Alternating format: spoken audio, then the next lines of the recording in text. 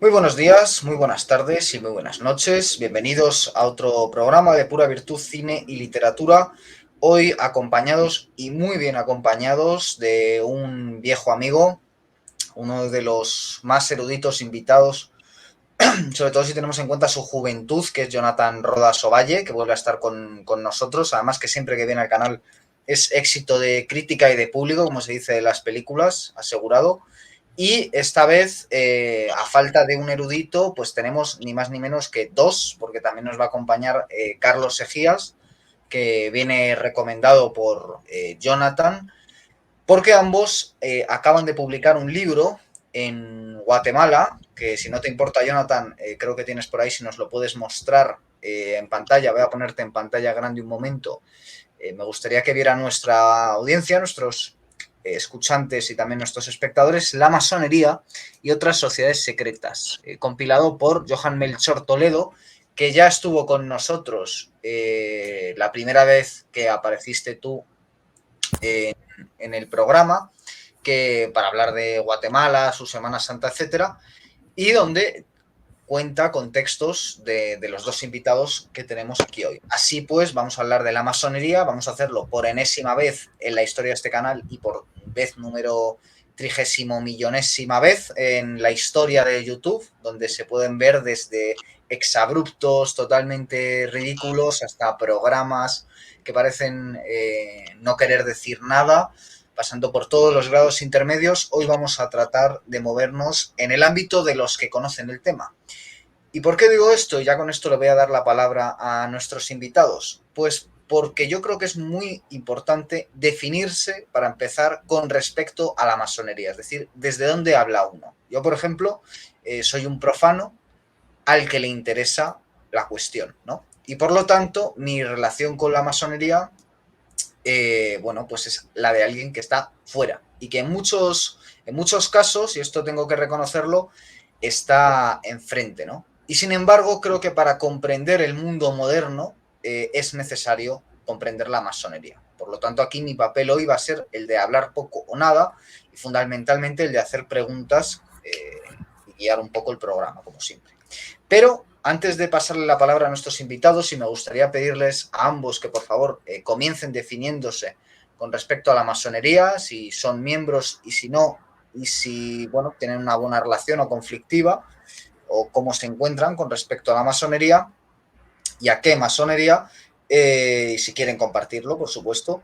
Quisiera decir que en realidad este programa empezó con este libro, El péndulo de Foucault, de Humberto Eco, que yo estaba leyendo, releyendo, mejor dicho, hace unas semanas, y compartí unos fragmentos con mi amigo Jonathan, que bueno, me hizo unos comentarios muy inteligentes, me compartió este libro sobre la masonería en formato PDF, puesto que había alguna mención a Humberto Eco, y yo desde entonces le he estado machacando, dando la paliza, siendo insistente para que hiciera un programa conmigo, y finalmente decidimos hacer este.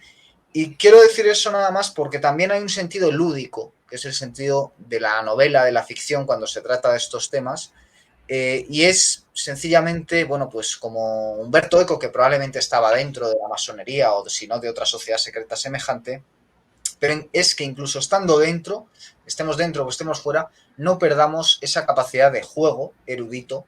Y de alguna forma me gustaría que este programa fuera una invitación a leer ese libro sobre la masonería de nuestros invitados, a leer esta extraordinaria novela de Humberto Eco y sobre todo a que en lo que dure este programa nos permitamos jugar sin abandonar la erudición con lo que es la masonería. Así que ahora sí le paso la palabra a cualquiera de nuestros invitados, a los que desde ya quiero agradecer su presencia en el programa.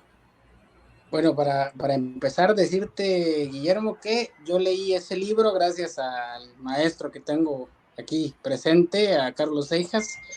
Hemos charlado mucho sobre el libro. Yo, en su momento, cuando lo leí, creo que le hice mil y un preguntas. Creo que ha sido un gran maestro en cuanto a los temas esotéricos y a diversos temas que vamos a abordar el día de hoy. Incluso creo que la creación de este libro es también, ¿no? Esa, ese tema lúdico que dices tú, de poder jugar un poco como lo hacía Humberto Eco con los temas de las sociedades secretas, con el tema de la masonería. hacer un poco de mella en eso y claro, siempre el respaldo de Carlos Seijas, ¿sí? Y de Sebastián Porrini.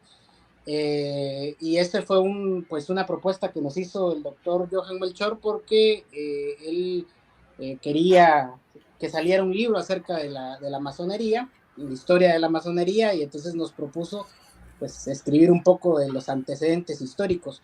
Va a tratar también el libro, para adelantar, el libro va a abarcar la historia de la masonería dentro de Guatemala, digamos, la historia guatemalteca, pero primero tratamos de hacer un juego, ¿no? Un juego de la historia masónica, de los ritos que estuvieron en Guatemala, porque pues, todos creen que solo existe el rito escocés antiguo y aceptado, pero bueno, ya estará aquí el maestro Carlos Cejas para explicarnos. Hablar de las otras sociedades que también estuvieron participando y que incluso compartían entre las mismas, ¿no? Celebraban ritos dentro de otras logias y también aquí hay un análisis iconográfico del Palacio Legislativo de Guatemala que pues fue construido en la época liberal con simbología masónica, porque recordate que los liberales, bueno, en América, los liberales eran masones en su mayoría, entonces construían estos templos pues en honor, digámoslo así, a los templos masónicos, pero bueno. Eh, Creo que ahí empieza, ¿no? Esa idea de crear el libro con esa distracción y con la idea de que Humberto Eco siempre fue una especie de norte, siempre el libro de Eco. A mí me encanta Eco, ¿no? Y aquí podrá hablar el doctor Carlos Seijas acerca de la influencia que tiene Eco para nosotros dentro de este tema y pues muchas cosas más, ¿no? Antes de hablar, le Discúlpame que faltó algo. faltó algo, Jonathan, la definición. Claro, Y además correcto, eso falta. voy a ser retorcido porque a don Carlos no le conozco, entonces a don Carlos, como está invitado por primera vez y voy a querer que vuelva, le puedo dejar que se salte la pregunta, pero Jonathan, tú que eres amigo no te vas a librar, que hay confianza. Entonces, ya no solo eso, sino que te voy a poner un castigo y es que me digas si crees que Humberto Eco era o no masón. Humberto Eco era un masón. Bueno, desde mi lectura, creo que la novela del péndulo de Foucault es una novela contrainiciática. Humberto Eco era un gran coleccionista de libros medievales, renacentistas sobre el esoterismo y no voy a decir si era masón o no, lo que sí sé es que dominaba muchísimo el tema esotérico, ¿no? Los libros de esoterismo, los libros de la tradición hermética, sobre todo la tradición renacentista, la dominaba muy bien, ¿no? Dentro de todos sus tratados, incluso no solo en el péndulo de Foucault, sino que en el nombre de la rosa, que es pues un tema más medieval, hablaba un poco de templarios, de estas religiones que surgieron durante el medievo, como los cátaros, los albigenses, el cementerio de Praga, ¿no? Que habla sobre esta conspiración judeo-masónica que van a surgir con el Priorato de Sion, los protocolos de Sion, perdón, y creo que hace un juego con eso, incluso dentro del mismo libro de Humberto Eco, hace mención ya a lo que Dan Brown va a tratar después, ¿no? En el Código Da Vinci, que es la posible unidad o el posible matrimonio entre Jesús y María Magdalena, que, a decirlo, no es de Dan Brown en sí, sino que está tomado de un libro que se llama El Enigma Sagrado, que incluso creo que tuvo una demanda Dan Brown por ese libro, pero Eco ya plagia pedazos grandes de esa idea, ¿no? De esa conspiración del Priorato de Sion, etcétera, ¿no? No creo que fuera masón, no me consta, no he escuchado, pero que le apasionaban los temas y que su biblioteca era un gran caudal de estos temas esotéricos, no me parece, o me parece que sí fue así. Aparte que fue un gran lector de Athanasius Kirchner, ¿no? Que él ya deambulaba sobre todos estos mitos de los significados de los jeroglíficos egipcios. O sea, fue un gran buscador de este tipo de tesoros. Él decía que era para burlarse, pero realmente es como un Quijote con las órdenes de caballerías, ¿no? Entonces, lo dejo ahí. Ahora, Carlos, no sé qué piensas. Bueno, pues muchas gracias, mucho gusto. En cuanto a la gran introducción que nos da Jonathan, lo que me gustaría, como tal nos invita aquí Guillermo, es a posicionarnos. Eh, Como nos da esa opción el Facebook en cuanto a la relación a la masonería, es complicado. Yo nací, si puedo usar esa palabra, Rosacruz. Es decir, muy, muy temprano en mi infancia, que estuve mucho tiempo en el Vaticano, que ahí estuve estudiando y trabajando en mi juventud. Ahí conocí a los Rosacruces, ¿verdad? Entonces, desde muy temprano me enseñaron libros esotéricos, libros iniciáticos y finalmente me invitaron a iniciarme. Así que de toda la vida, lo que tengo de vida, soy Rosacruz. Eso fue eh, mi iniciación dentro de todas estas órdenes y obviamente al estar entre tantos sacerdotes, que fui salesiano, sacerdote salesiano de Don Bosco, el, estaba en el corazón de muchas de estas órdenes, ¿no? Entonces ahí aprendí con gitanos a leer el tarot, esas cosas como muy de Humberto Eco, ¿verdad? Y obviamente muy cercano a otras órdenes esotéricas que van paralelas a la masonería, aunque la masonería tiene otro nivel. Ya muy avanzado en la vida, tuve a mal encontrarme con la masonería, pero pues si no hubiera entrado yo a la masonería, no conocería aquí al compañero que sigue sin decir que es masón, ¿verdad? Entonces es un punto importante que tiene que asumirse, porque ahí fue donde nos conocimos, ¿verdad? Cuando yo me lancé a Gran Maestro por pura travesura, precisamente por este juego lúdico, fue una insistencia de los masones, me buscaban que sí, que me iniciara, que entrara, que les explicara el simbolismo, porque si una sintomatología tenemos que hablar de la masonería contemporánea es que perdió su capacidad de lectura de sí misma, ¿verdad? Se ha convertido más en un club social, salvo excepciones como todo en la vida, eh, más allá del club social, del grupo de hombres libres y de buenas costumbres, que me da mucha risa, ¿verdad? Anécdotas que podría contar, pero conozco al monstruo desde adentro, como diría Martí, ¿no? Entonces, así como puedo, hay un maestro Rosacruz que me encanta mucho, Serge Toussaint. Actualmente creo que Serge Toussaint todavía es el gran maestro de habla francesa. Él dice, no, a mí no me pregunte por los Rosacruces, esos no existen. Esos andan por la calle haciendo cosas buenas. Aquí, dentro de la orden, lo que somos todos, somos estudiantes o caminantes de la senda de la Rosacruz, ¿verdad? Entonces, esa sería mi definición, un caminante en la senda de la Rosacruz que tuvo a mal encontrarse con la masonería. Sin embargo, ese encuentro me trajo el grato regalo, obsequio de conocer gente interesante, gente que ha enriquecido mi vida y con la cual hemos tomado proyectos de diferente forma, unos más superficiales, otros más profundos, al punto de tratar de revivir, de poner en práctica órdenes que se creen desaparecidas, ¿verdad? Esas órdenes, como nos diría por ahí, espero en algún momento hablemos de Jean-Baptiste Ramos, uno de los grandes reinventores de la masonería, de los que trataron de rescatarla de sus propias cenizas. Él decía, aquel que dice lo es y aquel que es no lo dice.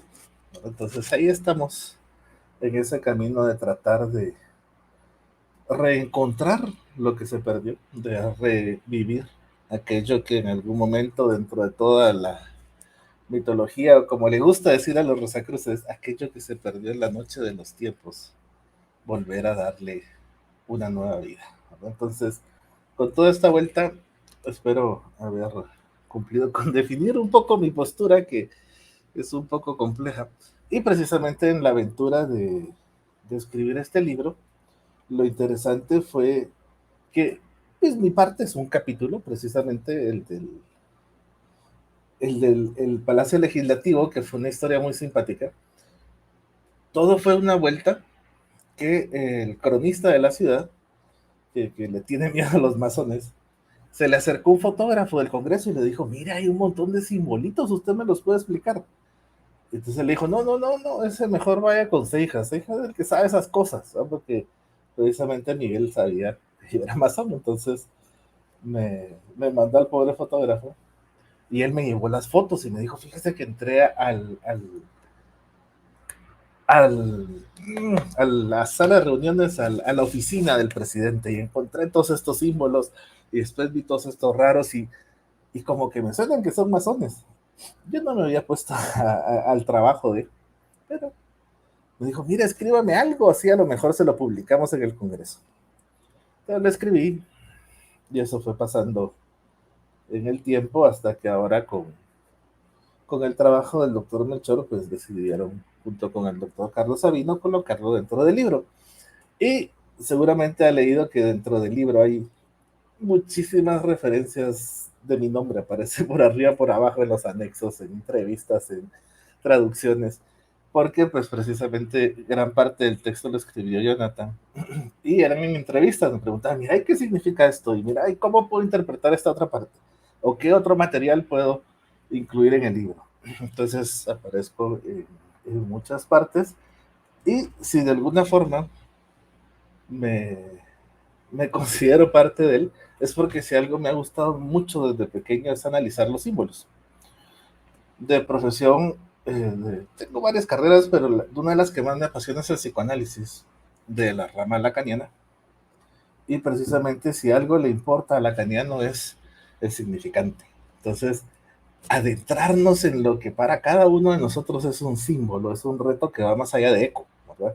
Porque Eco se queda con el símbolo que alguien puso, que alguien escribió, que alguien labró, pintó, pero en el psicoanálisis el paso es, ¿y para ti eso qué significa? ¿Verdad? ¿Y qué despierta en ti?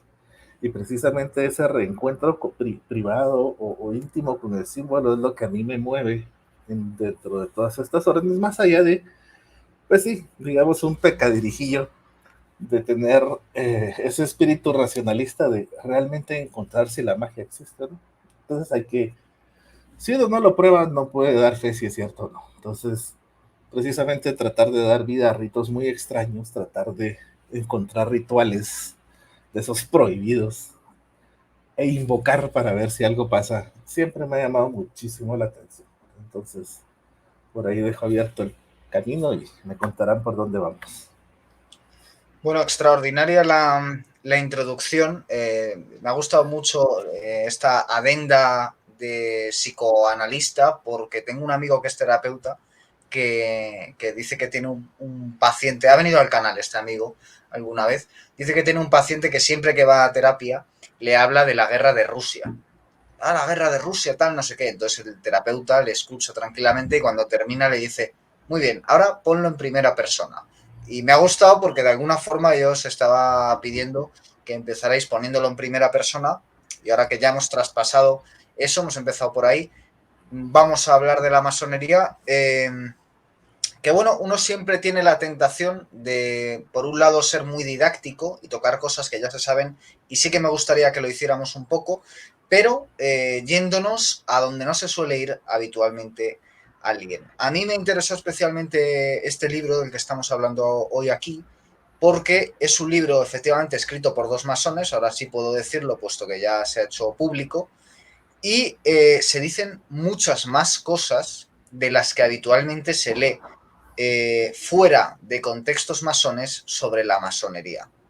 Quiero decir, normalmente lo que dicen los masones reconocidos como tales fuera del contexto de la masonería está limitado a una serie de tópicos que casi son una neolengua orwelliana. Este libro tiene el mérito de que sin ser un libro escrito contra la masonería, es un libro que, estando escrito por masones, resulta muy enjundioso en cuanto a todo lo que se cuenta. Entonces, empezando por ese didactismo y esperando que consigamos hablar más allá de los términos que se suelen usar y de los lugares comunes, que seguro que sí, quisiera comenzar hablando del término masón y no albañil, ¿no? Es decir, no se utiliza el término puramente español, podríamos decir, sino un término, pues a veces francés, a veces inglés, pero nunca se utiliza un equivalente español. Quisiera hablar de esto porque Jonathan me comentaba la importancia del añil, ¿no? Del azul, de lo celeste, de la aspiración hacia lo celestial. Entonces quisiera que comenzáramos hablando, por un lado, del término y por otro lado de su origen histórico, porque también hay mucha ambigüedad, ¿no? James Anderson, las constituciones parecen ser el origen para algunos, pero sin embargo encontramos gente que se remonta hasta los tiempos del templo de Salomón, ¿no? Entonces, incluso hasta el principio de la creación. Por lo tanto, quisiera que nos arrojarais un poco de luz, que nos iluminarais, como suelen decir también muchas veces personas del ámbito esotérico, en torno a estas dos cuestiones, por favor. Muy bien, yo creo que le corresponde a Carlos porque Carlos escribió esa parte del libro, ¿no? Ese pedazo del libro. Fue una reflexión, a mí me gusta mucho el análisis del lenguaje, y pues lo entenderán desde la postura del psicoanálisis, es lo que tenemos para poder profundizar en el inconsciente. Lacan dice que el inconsciente está estructurado como un lenguaje, entonces el análisis lingüístico me fascina, y precisamente hacía esa reflexión, porque nunca se tradujo. Yo siempre les hacía la broma a los masones: vayan y búsquense en el diccionario de la Real Academia, significa masa grande, les decía, un masón, ¿no? Una gran masa. Porque no se aceptan a sí mismos como albañiles, ¿verdad? Desde el francés franc-maçon, que casi siempre, el francés casi nunca solo es masón, es franc-maçon. En inglés también es freemason, casi nunca va solita la palabra mason, salvo apellido, porque apellido Mason. En castellano hay apellido masón. Yo tengo un amigo jesuita, que es el padre masón, que seguramente es francés, ¿verdad? Pues su ascendencia. Pero al castellano, digamos, el grupo que perteneció a esta institución decidió no cambiarle el nombre, dejarlo en, creo yo, inglés, porque sabrán, el pedigrí muy chistoso históricamente de la masonería nos viene de Londres. Eso, como pues nos argumentaba Guillermo, lo didáctico.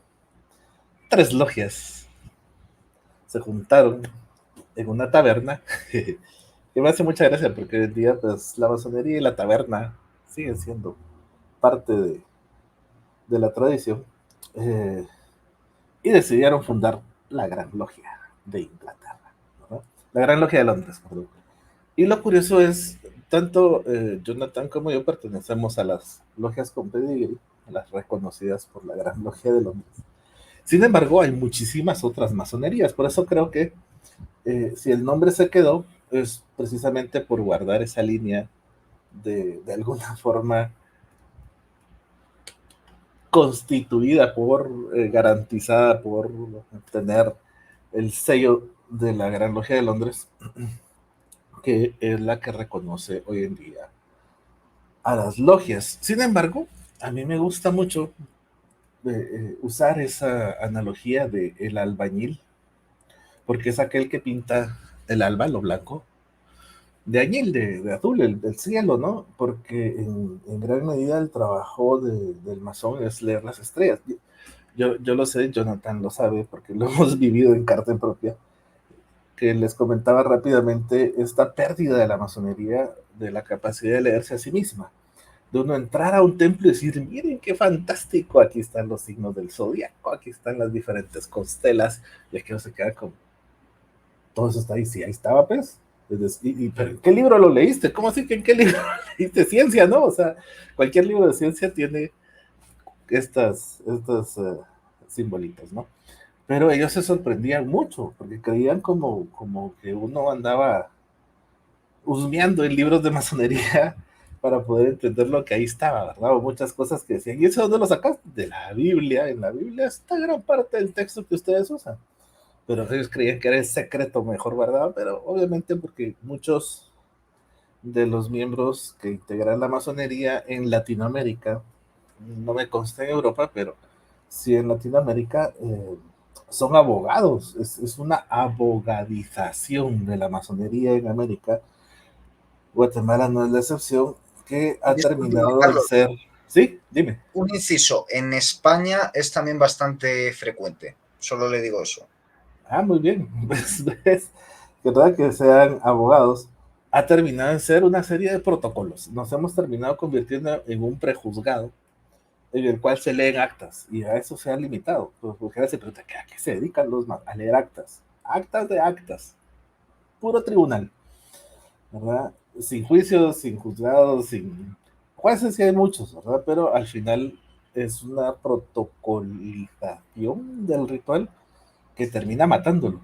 El punto era que lo hermoso es que desde que uno pone el pie en los templos, aunque los miembros ya perdieron la capacidad de leer su simbología, los símbolos siguen vivos. Entonces, para aquel que trae la vocación, aquel que trae pues esa inquietud de búsqueda, va a encontrar que precisamente el albañil está en todas partes, ¿verdad? El llamado a ser constructores, pero sobre todo esta metáfora de pintar el alba de añil, porque el azul, las logias de los 3 primeros grados, se les llama logias azules, y se les llama precisamente logias azules porque creo que el principal trabajo que, que se le da tanto al aprendiz y al compañero es que aprendan a leer sea a sí mismos a través del universo.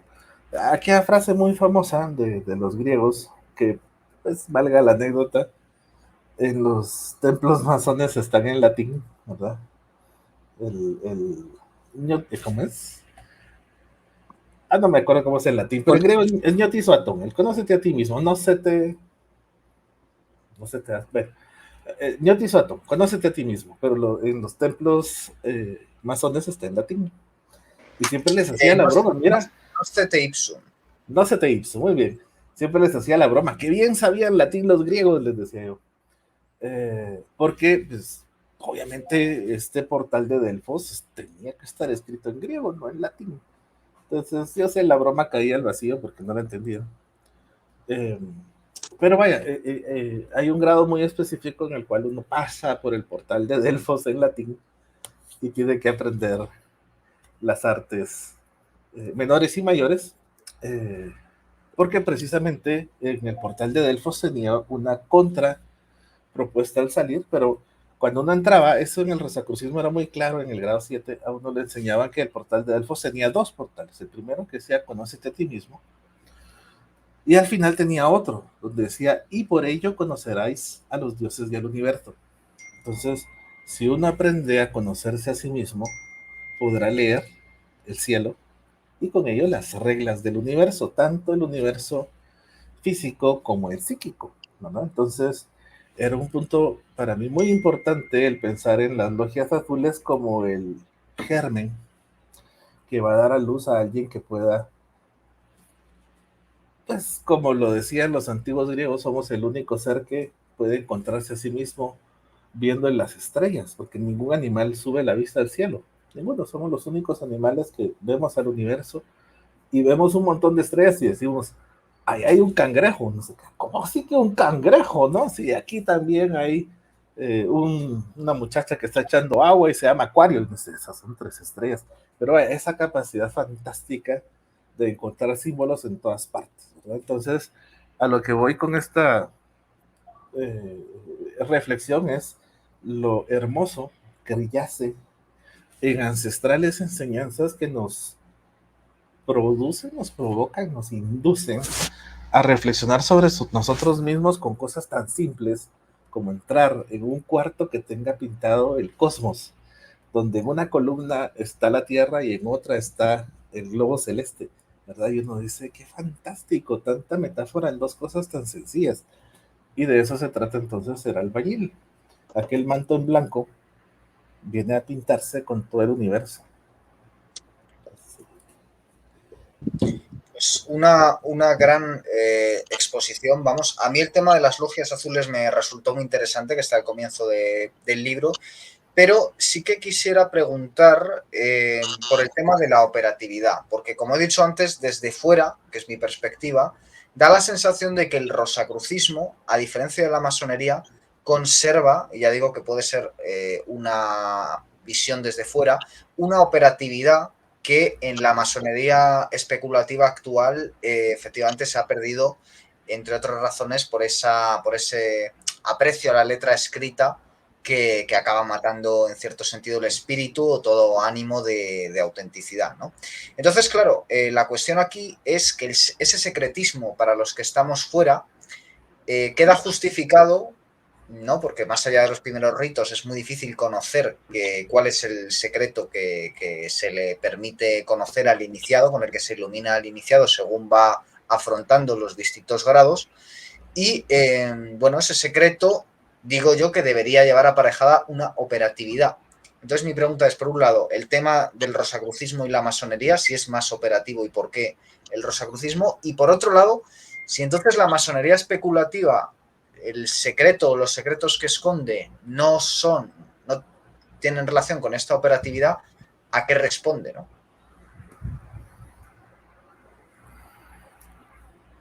No sé si Jonathan le quiere responder, pero No, digamos, en pero mi papel Rosacruz Masón, ¿verdad? Porque Jonathan no ha tenido la experiencia del rosacrucismo, y como les contaba yo, me considero más Rosacruz que Masón, si es que eso pues es posible. Tengo más tiempo, ¿verdad? Y de hecho, de alguna forma pertenezco al Consejo Supremo. En efecto, es que lo interesante del rosacrucismo, si se los pongo de primera mano, y tal vez ese primer encuentro con mi yo racional muy pequeño, y me encuentro con ellos, y su primera frase es: a nosotros no nos creas nada, nada. Nosotros te vamos a dar una serie de enseñanzas, ellos les llaman monografías, donde tú puedes leer lo intelectual, ¿no? Pero al final de cada monografía viene un ejercicio. Hazlo. Si te funciona, pues ya verás, ¿no? Y si no te funciona, pues no pasa nada. Entonces, cada monografía, cada pequeño tema va siempre acompañado de un ejercicio que, si uno es disciplinado, lo lleva precisamente a desarrollar, pues, todo el camino, toda la senda del Rosacruz. Que en el camino uno puede ponerse perezoso y decir, bueno, y la leo al rato, y la leo. Después quiere acumularlos y leerlos todos en una semana, es difícil. Me gusta porque la forma, la didáctica en que los Rosacruces proponen esta enseñanza, uno, es autodidáctica, es decir, uno no tiene un maestro que le esté diciendo a uno, no, así no es, así es como se tiene que leer, ¿no? ¿No? Sino que a uno le mandan siempre su monografía con lo teórico, o a veces es un cuento. Lo bonito es que, de veras, a veces es una simple historia. Y lo que no falta es el ejercicio. Entonces, ya tiene que ver con que uno sea disciplinado en ir cumpliendo con lo programático. Y si uno quiere vivir la experiencia de iniciarse ritualísticamente en los templos, se acerca a, a alguno de los templos rosacruces para que viva uno la iniciación. Pero si uno no quiere, de hecho las iniciaciones también vienen en monografías y uno puede autoiniciarse. Lo que le importa al Rosacruz es compartir esa enseñanza, confiar, porque no le queda más que el eh, aprendiz cumpla con la senda hasta convertirse en maestro, y que busque acercarse a los templos cuando sea su tiempo. Y cuando ya no quiera, se aparta y sigue estudiando desde su casa, o lo deja, o como quiera, ¿verdad? No hay una atadura a esta formación. En la masonería es todo lo contrario, ¿verdad? En el sentido que si uno le dice, a ver, ¿cuál es el libro? Este es el libro, ¿verdad? Y aquí están las enseñanzas y tienes que aprender el retejador, le llaman. Entonces viene una serie de preguntas con sus respuestas que uno se tiene que aprender, y si las da mal, no pasa de grado, y le hacen examen, y hay maestros, no sé qué, y cada grado tiene, digamos, uno de los maestros dentro de la logia tiene que darle acompañamiento a sus alumnos. Eso no siempre se cumple, pero digamos en lo aspiracionista, los aprendices son formados por el segundo vigilante, los compañeros por el primer vigilante, y se supone que los maestros por el maestro. En la práctica no pasa, pero el punto es que a uno le dan su librito, un librito para cada grado, y se tienen que aprender las preguntas y las respuestas. O sea, no hay respuestas más allá de eso. Y los maestros lo examinan a uno para ver si se los aprendió de memoria. Entonces, no hay un crecimiento propio, sino que hay un adoctrinamiento. Entonces, eso es muy propio del masón. En cuanto a que lo que les contaba, ¿no? Que cuando en este grado están las columnas de Delfos en latín, y uno entra al templo y las estatuas que están en los tronos de los venerables, de los maestros, son dioses romanos, ¿verdad? Cuando deberían ser griegos. Entonces, cuando uno les hace la salvedad, se enojan porque ni siquiera saben quién es el dios que tienen enfrente de su trono. Entonces, es ahí donde creo yo que se perdió la capacidad. Es decir, si nos vamos a la noche de los tiempos, al origen, a esta masonería no histórica, sino esta masonería mística o esta masonería primordial o primigenia, más allá del templo de Salomón, por ejemplo, dentro de el mismo rosacrucismo, yo les hacía la invitación, un poco seducción, dentro de una orden que está dentro de la orden, que es el martinismo. El martinismo tiene un poquito destellitos de masonería. Entonces hay una pequeña enseñanza donde a Adán, el primer hombre, Dios lo llama a ser co-constructor, co-creador de la naturaleza. Entonces yo les hacía la broma, piénsenlo en francés. ¿Qué diría? Diría que Dios llamó a Adán a ser un masón, a construir con él, a crear su propio templo, a aprender a dominarse a sí mismo para poder dominar la naturaleza.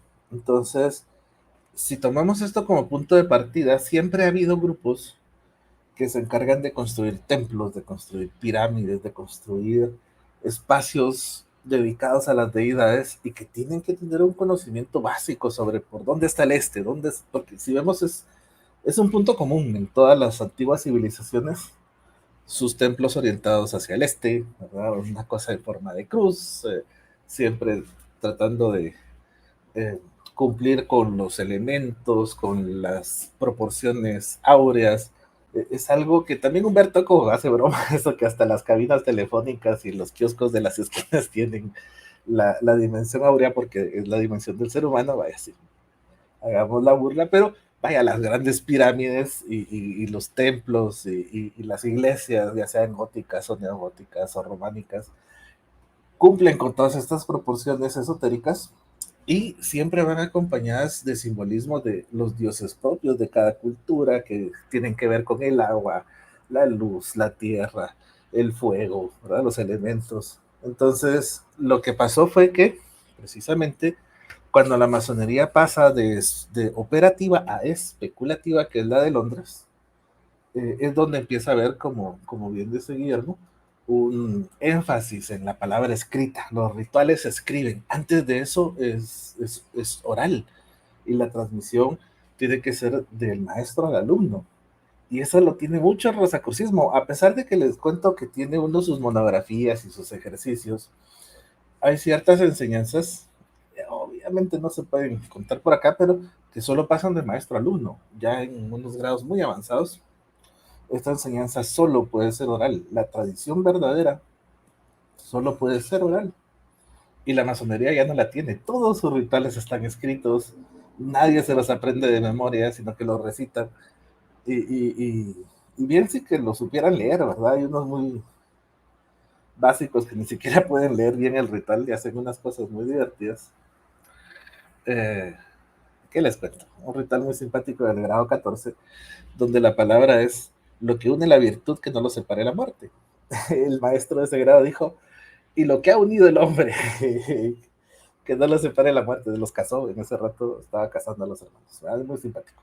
Eh, es eso, se ha perdido lo que decía Mircea Eliade, ¿verdad? Que se ha perdido lo sagrado del rito, se profanizó, se convirtió simplemente en la excusa de juntarse para hacer un club versus el rosacrucismo que no hay excusa, o sea, la única excusa es el trabajo que uno quiera ponerle precisamente a ese crecimiento espiritual.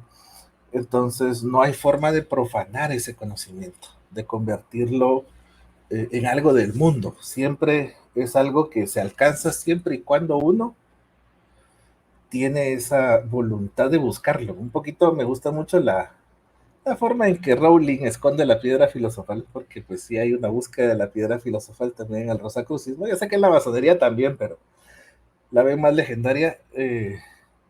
Dumbledore le explica al final a Potter cómo es que él pudo encontrar la piedra, y le dice: la piedra solo aparece al que la busca, pero no al que la quiere, porque solo está para aquel que la desea, pero no al que quiere usarla, ¿verdad? Pues algo así es la diferencia entre la masonería y el rosacrucismo, y por qué ha perdido precisamente su operatividad, y como otras órdenes y otras masonerías sí lo tienen, ¿verdad? Como la egipcia o el régimen escocés rectificado, que es preciosísimo, todavía guardan estas características sagradas, esotéricas, de enseñanza del maestro al alumno. La oralidad es básica para el poder seguir despertando algo que está más allá de la palabra escrita. Jonathan, amigo, que llevas un rato escuchando y eso para mí eso es como cuando al productor de cine suena que el dinero está corriendo. A ver, Jonathan, que tienes seguro cosas interesantes que decirnos. Por supuesto, ¿no? Creo que lo que dice el doctor Seijas es muy cierto.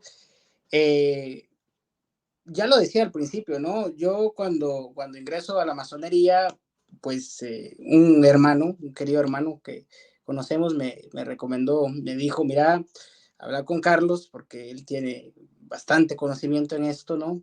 Yo siempre he sido un apasionado de los libros, tengo un fetichismo de los libros y lo sabe Carlos, y sobre todo de los libros esotéricos, ¿no? Libros masónicos, libros rosacruces, etcétera. Y a la hora de ir leyendo acerca de la masonería, leer a Guénon, leer a Eliade, como lo mencionaba Carlos, te das cuenta cómo se va modernizando esta institución, ¿no? Se va materializando, ¿no?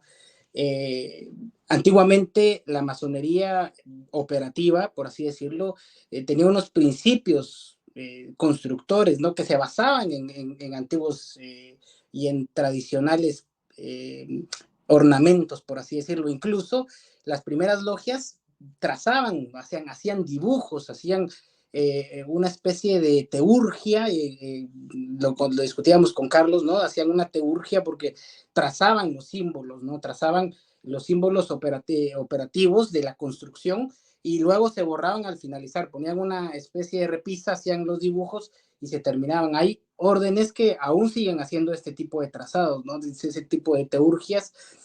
Creo que también es muy interesante la musicalidad. Vos sabés que Mozart fue masón, y aquí Carlos, que es un gran melómano, sabe muy bien, ¿no? Incluso la flauta mágica, Don Giovanni, esconden secretos masónicos. Incluso me gustaría, no se abordó mucho dentro del libro, pero sí me gustaría también hacer esta introducción de la música dentro de la masonería, porque creo que es muy importante. No sé, Carlitos, si puedes explicar un poco acerca de la música y cómo la masonería tradicional la adopta.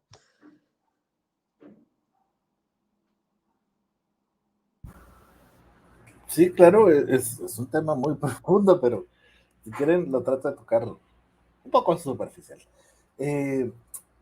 Mozart, a ver, ¿quién es? Es este otro historiador español que habla de la masonería. Se me olvida. Pero él hace un comentario muy simpático. Él dice: la única música que tuvo esta triste orden fue la de Mozart.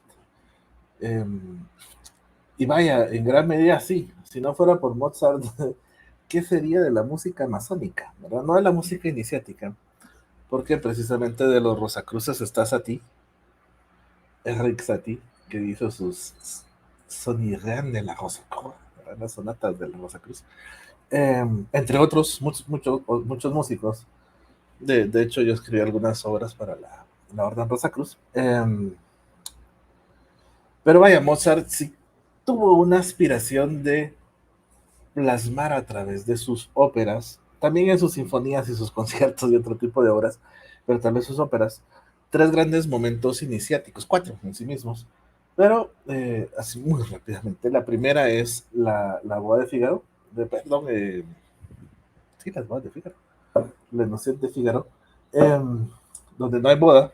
Si se han visto la ópera, al final no se casan, ¿verdad? No hay boda en las bodas de Fígaro. Pero lo que nos cuenta es el paso del aprendiz al compañero, ¿verdad? Lo primero que hace Fígaro cuando está la primera obra, la primera pieza, Fígaro está midiendo su cama, pero su cama es precisamente el tamaño de una logia. Entonces los números que está contando son los números que conforman un taller. Y así, cada uno de los diferentes apartados de esta obra nos cuenta cómo Fígaro, como aprendiz, tiene que pasar a ser compañero, a ser parte de un grupo. Pero no hay boda, porque la boda se posterga. El, eh, la ópera del siguiente grado de Mozart es, bueno, de la masonería, es Don Giovanni. Don Giovanni es precisamente el pícaro seductor que anda de logia en logia, como Jonathan ahí de libro en libro, tratando de encontrar los secretos de la masonería. Buscando en este libro, no, en este tampoco. ¿Y cuántos libros has leído, Jonathan? Entonces, como Don Giovanni decir, en España he leído 1800, en Alemania he leído 2500. Que así cuenta Don Giovanni a sus mujeres. Pero no va a encontrar nada, ¿verdad? Solo va a ir detrás de mujer y mujer. Y al final es llevado a su propia tumba por uno de los padres de una de las chicas que él nació, que es Il Commendatore. Pero se lo lleva al infierno por no cumplir con su deber. Entonces, es el mal compañero, el compañero que trata solo, él egoístamente, de tratar de satisfacerse en vez de compartir con los demás. Y muere. Sin embargo, bien sabrán, y pues, seguro que lo han leído entre todas las diferentes órdenes iniciáticas, siempre hay un grado en el que uno muere para renacer, ¿no? Y curiosamente para Mozart eso es una de las óperas más inesperadas. Seguro que por más que rasquen no se la van a creer. Es Così fan tutte.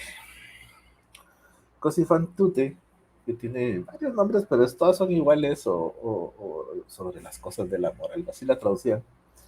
Nos habla de dos doncellas que se van a desposar con dos caballeros, pero estos no confían en ellas, les dicen que se van a ir a la guerra, se ponen en componenda con el suegro y regresan disfrazados como grandes y ricos emires árabes para seducir a las muchachas.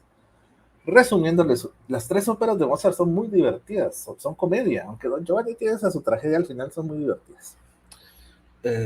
Las chicas caen, ¿verdad? Entonces hay un momento ahí de drama donde que no las perdono, que sí las perdono, que precisamente es el maestro tratando de darse cuenta de qué es lo que quiere para sí mismo. Todas las logias son iguales, es cierto, pero él tiene que elegir una. Tiene que aprender a confiar en los demás, a pesar de que lo traicionen. Y se queda con una y se casan. Finalmente, la boda alquímica de Christian Rosenkreuz ocurre en Così fan tutte. La ópera más tonta de todas, si se me permite, por respeto a mi maestro Mozart, que de veras lo quiero muchísimo, pero es una ópera tontita. Uno la escucha y la oye, es una ópera ligera, suave, divertida, donde hay líos de faldas, casi novela latinoamericana, ¿verdad? Y allí está escondido el grado del maestro. Pero Mozart pertenecía a una orden muy importante. Él pertenecía a la orden de la estricta observancia templaria. Muy pocos masones han sido parte de esta tradición. Muy poca tradición de la masonería aún resguarda esta antigua tradición. Algo quedó en Suecia, el rey de Suecia se quedó con un rito templario muy, muy bonito, ¿verdad? Que de hecho el consejo del grupo del rey de Suecia es el rey y sus consejeros. Solo ellos pueden llegar, son 13 y son ellos 13, ¿verdad? Y es templario. Y así, hay pocos. Pues el de Mozart era la estricta observación templaria. Entonces, Mozart les hace la propuesta a sus hermanos de mostrarles de qué iba la iniciación masónica real. Y hace la que la mayoría considera su única ópera iniciática, pero tiene muchas, como ahorita les conté algunas, que es la flauta mágica, ¿verdad? Pero en la flauta mágica Mozart mete una aspiración, que la mujer sea parte de la tradición, el papel que la mujer tiene dentro de la masonería.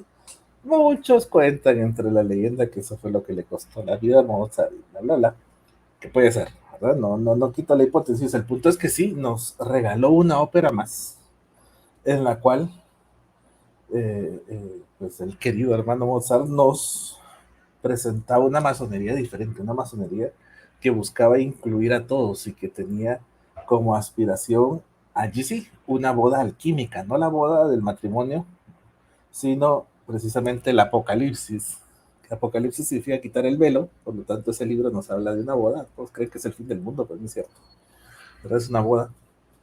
Entonces Mozart nos habla precisamente de ese apocalipsis, de cómo se logra la integración de los dos mundos, o de los tres. Ya nos vamos a la verdadera naturaleza del esoterismo del ser humano, que somos trinos, ¿no? Tenemos cuerpo, alma y espíritu. Entonces eso se logra precisamente con Sarastro y la unión matrimonial entre Tamino y Tamina, ¿verdad? Y por contraparte tenemos al papageno, que es el profano, ¿verdad? El que lo que quiere es su papagena para tener muchos papagenitos, ¿verdad? Pero no tiene una aspiración hacia lo espiritual. Entonces, es como los dos tipos de masones, ¿verdad? Aquel que lo que busca es tener cosas en la vida y el otro que lo que busca es la espiritualidad. Pues bueno, eso para, como les digo, es un tema muy profundo, pero en la masonería, si no es por Mozart, poco tendríamos que hablar de ella, realmente. Ha mencionado a Mozart, don Carlos, a colación de lo que decía Jonathan, y antes nos hemos quedado un poco colgando con el tema de los orígenes históricos. Hay gente que dice 1717, ¿no? Es cuando hay una especie de necesidad de que haya un acuerdo, una unión. 1723, cuando esa unión cristaliza, las constituciones de Anderson, antes mencionadas, y me ha dado por pensar que 70 años después exactos, si no me equivoco, a esas constituciones, hay una cabeza cercenada en Francia, ¿no? Que es la del rey, Luis XVI, que algo me dice que quizás no se habría cortado si no hubiera sido por esta cosa de la masonería. Entonces, quisiera preguntar hasta qué punto la masonería influye en la ilustración, ¿no? Y al mismo tiempo, hasta qué punto el rosacrucismo influye en la modernidad, ¿no? Porque, bueno, ya sabemos que hay varios filósofos de la así llamada ilustración que pertenecieron a la masonería, igual que sabemos que algunos de los más importantes creadores del mundo moderno, como Descartes, Bacon, Leibniz o Newton, eran rosacruces, o por ejemplo, Robert Fludd y John Dee, que, bueno, pues básicamente cambiaron el esoterismo occidental, tuvieron una enorme influencia, por ejemplo, John Dee en el ámbito de la política, y después Giordano Bruno se llevó esa influencia de Inglaterra a Europa, después de estar en círculos relativos a John Dee, a los discípulos de John Dee, de la misma forma que aunque fue en Inglaterra donde se generó esta masonería especulativa, realmente no fue en Inglaterra donde se aplicó políticamente de forma inmediata, sino que terminó siendo en Francia, ¿no? Entonces, no sé si nos pueden contar un poco ambos acerca de esta relación entre ilustración y masonería y rosacrucismo y todas estas grandes corrientes científicas, esotéricas, filosóficas de la modernidad. Bueno, claro, la masonería, como decís, nace la masonería especulativa, ¿no? Porque la masonería operativa nos podemos ir, como dicen ustedes, en la noche oscura del tiempo, in illo tempore, como se diría también. Pero a partir de 1717, cuando se unen estas logias en Londres y crean la masonería especulativa, speculum, ¿no? La masonería que especula, ¿no? Ya no opera, ¿no? Ya no es esa operatividad constructiva como lo escribiría Fulcanelli en su momento, sino que ya es una masonería que especula.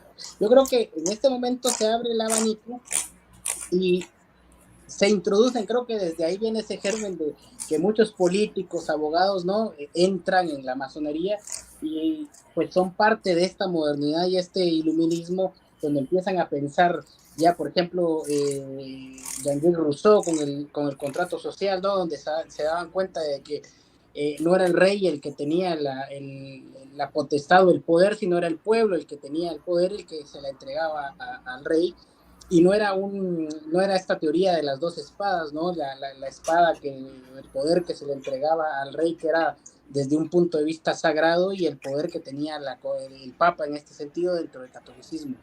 Pero, por supuesto, ya es en Francia donde se lleva esta masonería, ¿no? Incluso está el rito escocés que se va a Francia, y de ahí nace también un rito que es el rito francés, que ya quita toda esta parafernalia sagrada, únicamente utiliza pues a los símbolos masónicos, por así decirlo, ¿no? Tienen las dos columnas, tienen su templo, pero ya no existe el gran arquitecto del universo, sino que se abre ya a un tipo de masonería un poco más laica, por así decirlo, ¿no? Pero aquí Carlos tal vez nos puede contar un poco más acerca de eso. Okay, bueno, profundice, mi amigo, pero vaya, Jonathan también sabe, tal vez porque yo estoy aquí. Hay un punto de disrupción, es decir, a Francia le costó mucho levantarse, algo que a veces dentro del imaginario colectivo, que es la Revolución Francesa, que nos trajo libertad, y bueno, no trajo nada más que muerte. Para mí la Revolución Francesa fue un gran mollo que finalmente logró sacar un poco de luz casi 100 años después. Así le costó mucho a Francia salir de la noche oscura hasta la corta de cabezas, ¿sabes? Que junto con el rey se fueron todos los filósofos, todos, Robespierre, Diderot, todos pasaron por la guillotina. Si ven donde se cristaliza finalmente la masonería es en América, con los norteamericanos, con la Revolución Norteamericana. Ahí sí, ¿verdad? De alguna forma estos principios de libertad, igualdad y fraternidad que habían escuchado a los franceses se plasmó. No todos los que firmaron el acta eran masones, pero pues sí, gran parte de los primeros presidentes y los políticos más importantes, que a la vez eran empresarios, eran masones, ¿verdad? Y masones de un rito muy particular, que es el que ahorita contaba Jonathan, que es el escocés. Antiguo y aceptado, que como bien hacemos la broma los historiadores, ni es antiguo ni es aceptado, ¿no? Ni nació en Escocia, ¿no? Nació en Francia. Entonces, pero es el más popular en América. En América el rito que va desde la logia más lejana en Canadá, porque no sé si en Alaska de haber, hasta Chile, es el escocés, antiguo y aceptado. Pero bueno, el punto es que la Revolución Francesa no trajo esa chispa inmediata de la reconstrucción de Francia a través de los principios masónicos. Hoy en día sí, si me preguntasen qué país es el país más masónico, es Francia, ¿no? Pero le costó. No fue la Revolución Francesa. Tal vez sí fue el punto de origen, pero trajo muchas cosas terribles. Fue el Consejo de Lausana. Lausana es la que finalmente le trae esta ruptura de quitar a Dios de los rituales, que están viendo desaparecen los consejos supremos y aparecen las grandes logias, pero ahorita voy a ello. Los Illuminati, que me imagino que por ahí va el punto, los Illuminati de Baviera, por el obispo este de apellido un poco impronunciable, nunca sé si se llama WhatsApp o algo así. Es como más por lo que he leído, por lo que hay una logia de estudio. A ver, en Londres, que sí de alguna forma la masonería es más seria, hay logias de estudio, o sea, logias donde entran intelectuales y escriben tratados realmente muy profundos sobre su historia, sus principios, sus fundamentos, que se llaman Los Tres Coronados. La logia de los Tres Coronados, pues ahí buscan la revista de la logia de los Tres Coronados, que es pública, o sea, se puede leer por cualquiera porque ellos la sacan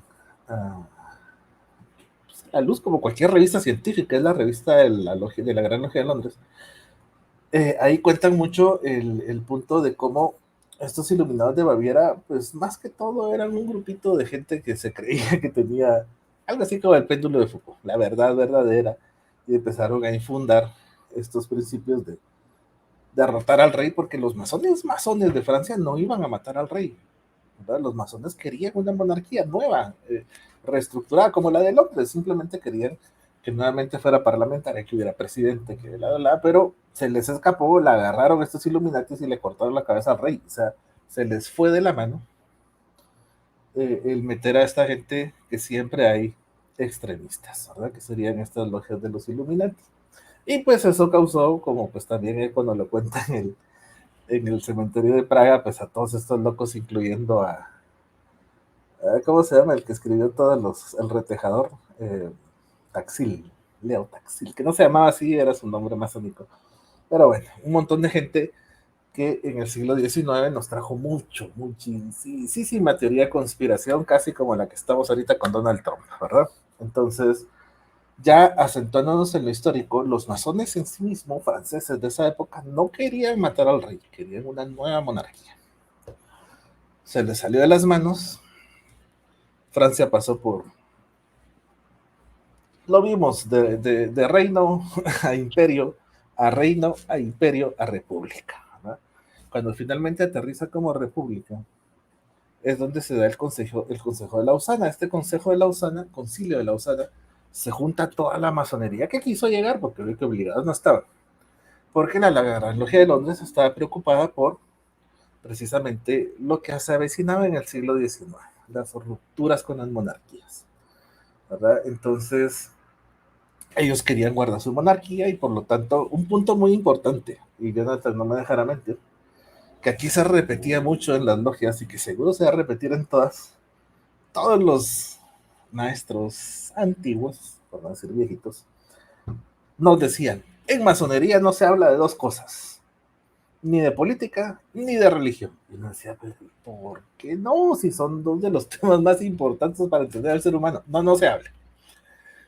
Claro, cuando uno ya va adentrándose, piensa históricamente, ve los grandes movimientos, estudia precisamente este concilio de Lausana, Londres prohibió en sus logias hablar de política y de religión. ¿Por qué? Porque quien encabeza la Gran Logia de Londres es el rey. Y el rey en Inglaterra es la figura política más importante y la figura religiosa más importante. Entonces, en las logias de Londres no se habla ni de política ni de religión. Por eso es que está vetado. Por eso los franceses, ya en su república, ¿verdad?, precisamente en este concilio de Lausana, rompen con Londres y deciden cambiar la terminología.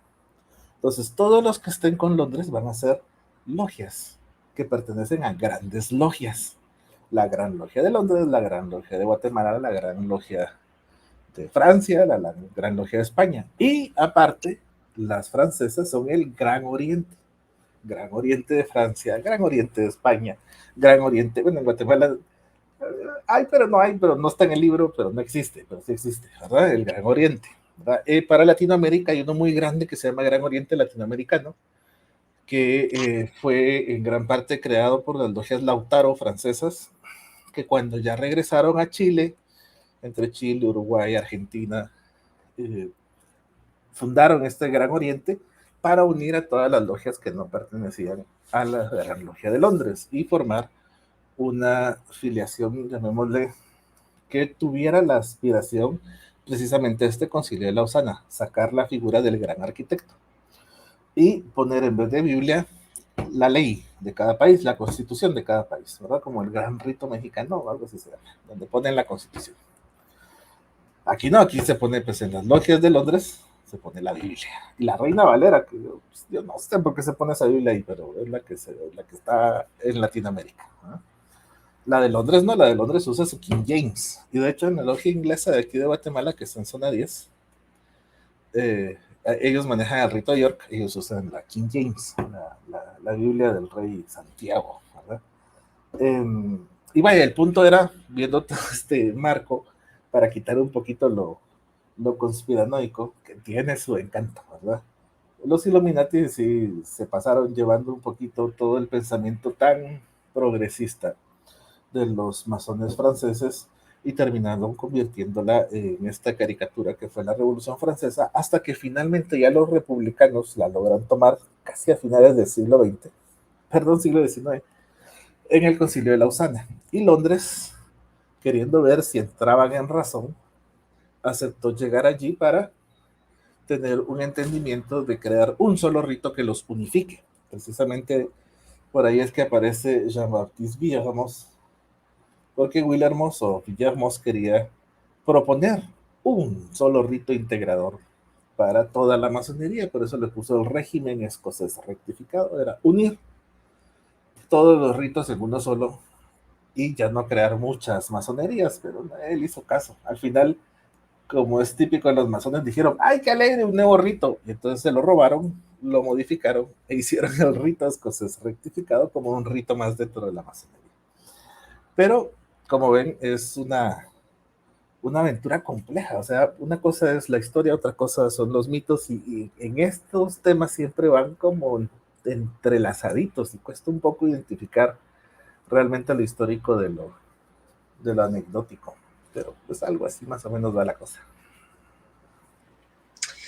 Y en ese sentido, por no abandonar la beta conspiranoica, me van a perdonar, lo que antes comentaba don Carlos, el asunto del Vaticano, de su relación con el Vaticano, claro, quisiera entrar ya directamente en un tema polémico y de hecho mencionabas antes, Jonathan, a Sebastián Porrini. Me acuerdo que en la entrevista primera que le hice en el canal, ahí yo le expresé una opinión y el otra. La opinión que yo expresé es que desde el punto de vista, bueno, pues papal, hay varios textos contra la masonería y sin embargo, pues bueno, la infiltración o la, ¿cómo decirlo? La simultánea pertenencia de sacerdotes cada vez es mayor, ¿no? De gente que está en el Vaticano y gente que está en la masonería, que en un principio fueron concebidos como dos iglesias en muchos sentidos opuestas, pero que finalmente, incluso yo me atrevería a decir, y espero no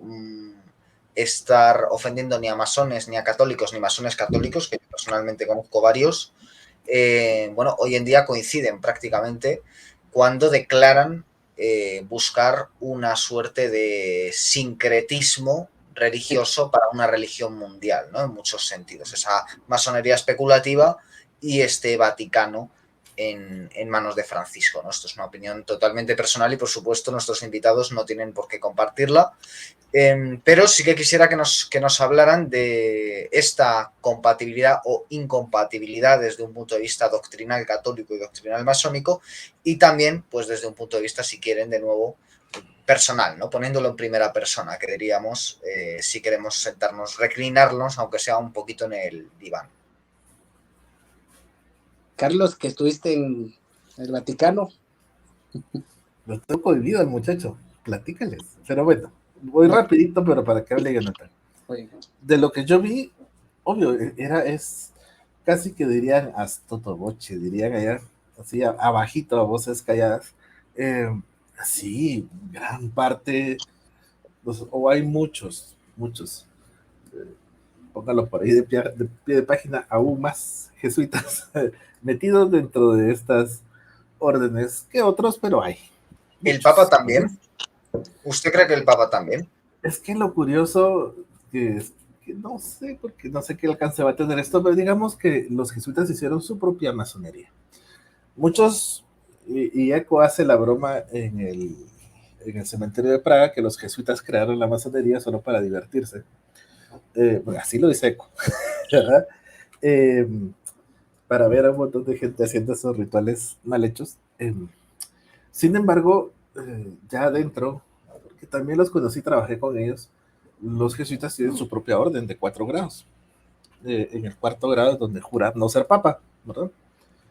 Entonces, y hacen unos retiros muy, muy profundos para precisamente ir comprometiéndose con ciertos juramentos políticos, ¿verdad? Que al final uno se pregunta, bueno, pero no que se supone, ¿por qué juran no ser papa? Porque la idea es que ellos siempre son el papa negro, el papa detrás del trono, ¿no? Para aconsejarlos y no ser parte de, sino ser precisamente estar al margen de todo lo que pasa dentro de la religión. Así que imagínense qué pudo pasar dentro de la iglesia para que finalmente aceptaran que uno de sus jesuitas del 4º grado esté ahora dirigiendo la iglesia. Sí, sí. Mucho de lo que tú planteas, Guillermo, tiene sentido, ¿verdad? Este sentido de integración, esta búsqueda de precisamente los jesuitas han sido los guardianes de de las universidades más prestigiosas de la Iglesia Católica son jesuitas. La gregoriana, digamos, como un pequeño puntito de diferente, pero las universidades más importantes son jesuitas, ¿verdad?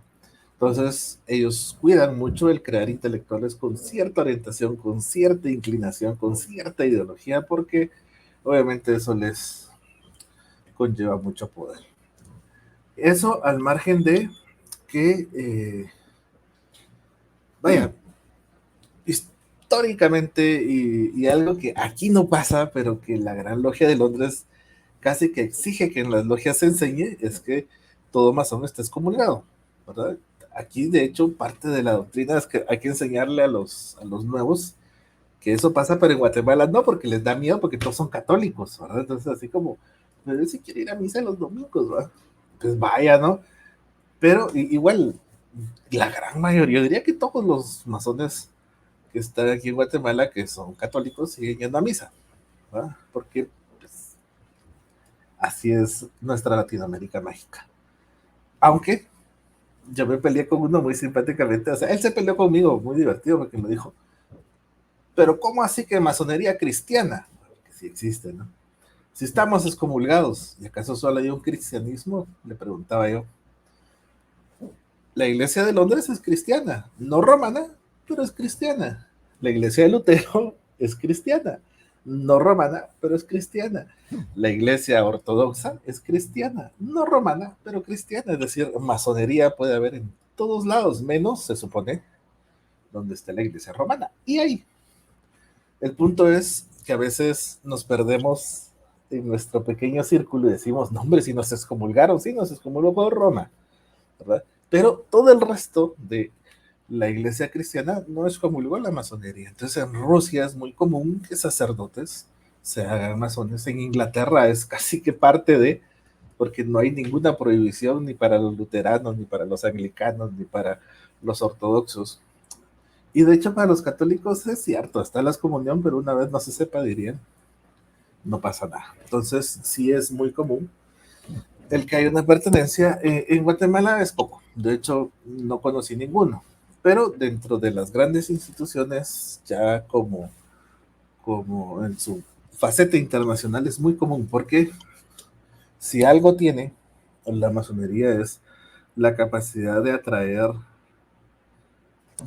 personas poderosas, ¿verdad? Para crear alianzas, para crear vínculos y buscar beneficios personales. Entonces, sí hay un poquito de esto, ¿verdad? Y la masonería, de alguna forma, como institución, sí busca, de alguna forma, si preguntan los de Londres, les van a decir que no, ¿verdad? Cuando preguntan, ¿es la masonería una religión? La respuesta en el retejador que nos da en el primer grado es no, ¿verdad? Sin embargo, cosas que pasan, anécdotas que igual eso no implica revelar grados ni nada. Un hermano que llegó un día a la logia, puso la mano en la Biblia, se persinó y la besó. Amén, dijo y se fue. Eh, Vamos a encontrar que, pues para algunos, sí, precisamente la masonería termina convertida en una forma de religión. El concepto este largo, ¿no? De volver a unir al hombre con algo más, a religar, volver a unir. Entonces, sí, creería que de alguna forma la masonería tiene esta aspiración de volver a unir al hombre. Yo esperaría que consigo mismo, más que con un Dios. Y la religión, pues obviamente siempre la aspiración es la de volver a unir al hombre con la divinidad. Pero por ahí lo dejo para que Dios te hable. Muy bien. Sí, creo que la masonería ha dado pie a que se crean muchas teorías de conspiración, ¿no?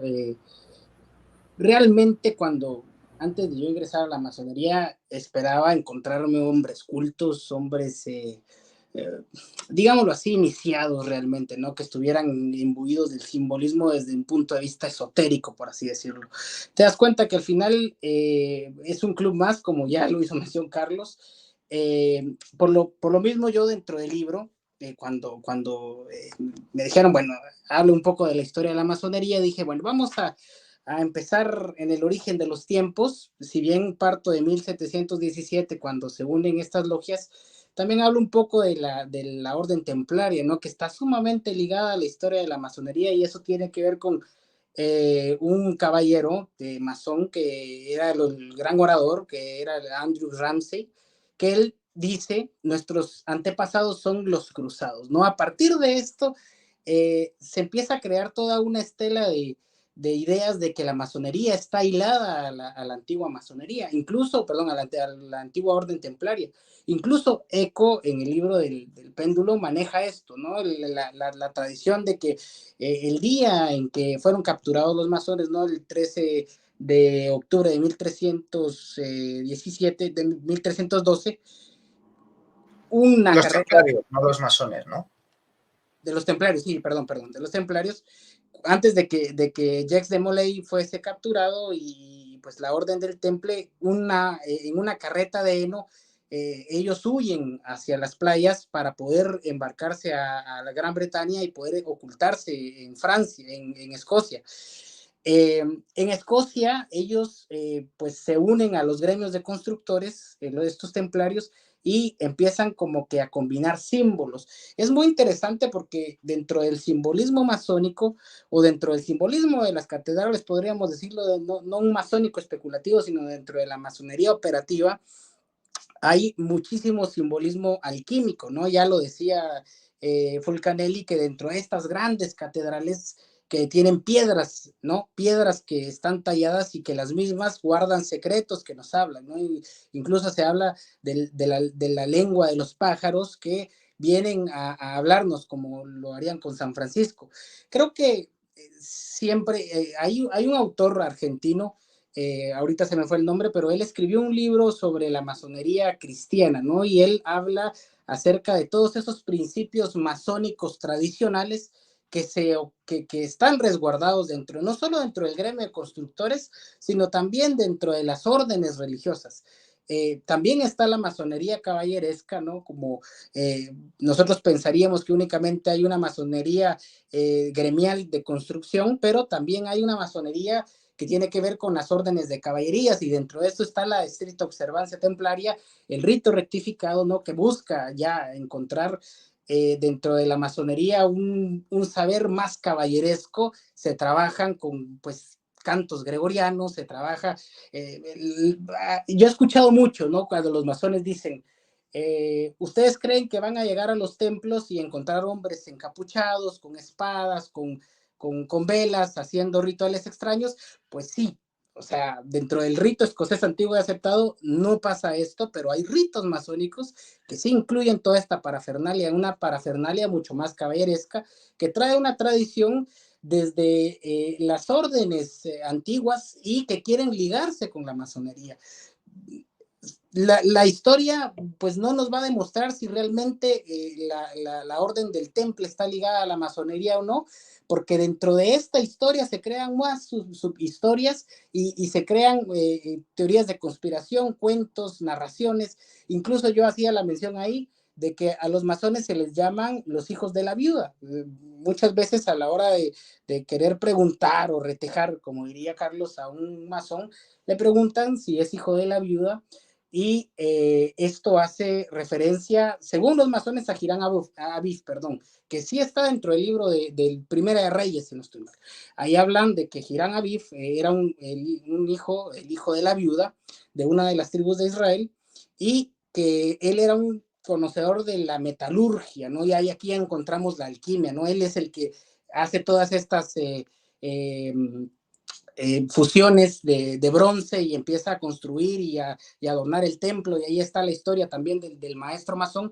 También la iniciación masónica, que tienen a Hirán Abif como el hijo de la viuda, pero hago mención que dentro del cuento del Grial, a Percival o a Percival, dependiendo quién escriba, a él también se le llama el hijo de la viuda, ¿no? Que es el que busca el Grial, el que busca la copa del Grial, que liga también esta historia, la historia del Grial, con los templarios. Y encontramos, creo yo, que una gran y una extensa mitología, ¿no? Y una extensa simbología. Yo creo que el rito, el mito y el símbolo van muy de la mano, van muy corridos dentro de la historia de la masonería. Entonces, hay programas, es cierto, bien se nota cuando se hace una entrevista a un masón, que su respuesta siempre va a ser muy cuadrada, ¿no? Como que si estuviésemos en logia. Yo he escuchado algunas entrevistas, vos me enviaste una ayer, y yo escuchaba al masón que respondía y respondía tal y como está en ese librito que